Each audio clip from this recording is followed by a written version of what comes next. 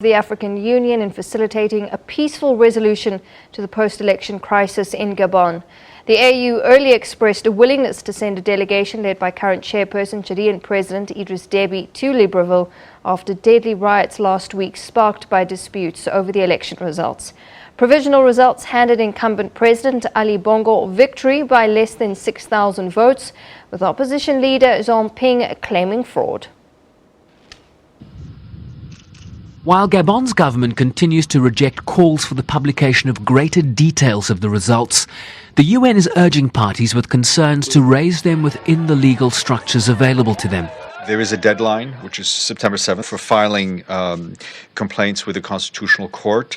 We encourage all those who have complaints to use those means and use the Constitutional Court, and of course avoid violence, avoid incitement to violence, and that the public forces, the government forces, also have a responsibility to ensure that people are allowed to demonstrate peacefully, as it is their right. The United Nations also confirmed that the Secretary-General spoke by phone from the G20 summit in China with both President Bongo and Jean Ping, urging the government to show restraint and for the opposition leader to urge his followers to refrain from any actions of violence in the interests of the country and of national unity.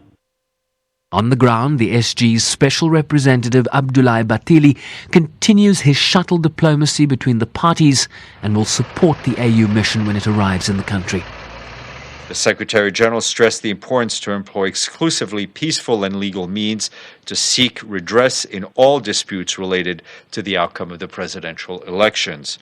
In the margin of the summit, he also discussed the situation in Gabon with President Idriss Deby, the President of Chad and current Chairperson of the African Union, welcoming the engagement of the African Union in diffusing tensions in the country and facilitating a peaceful resolution to the current crisis. Former colonial power France has called for a recount of the votes after the European Union observer mission raised serious questions about the results in President Bongo's stronghold province. Sherwin Brycepease, SABC News, New York.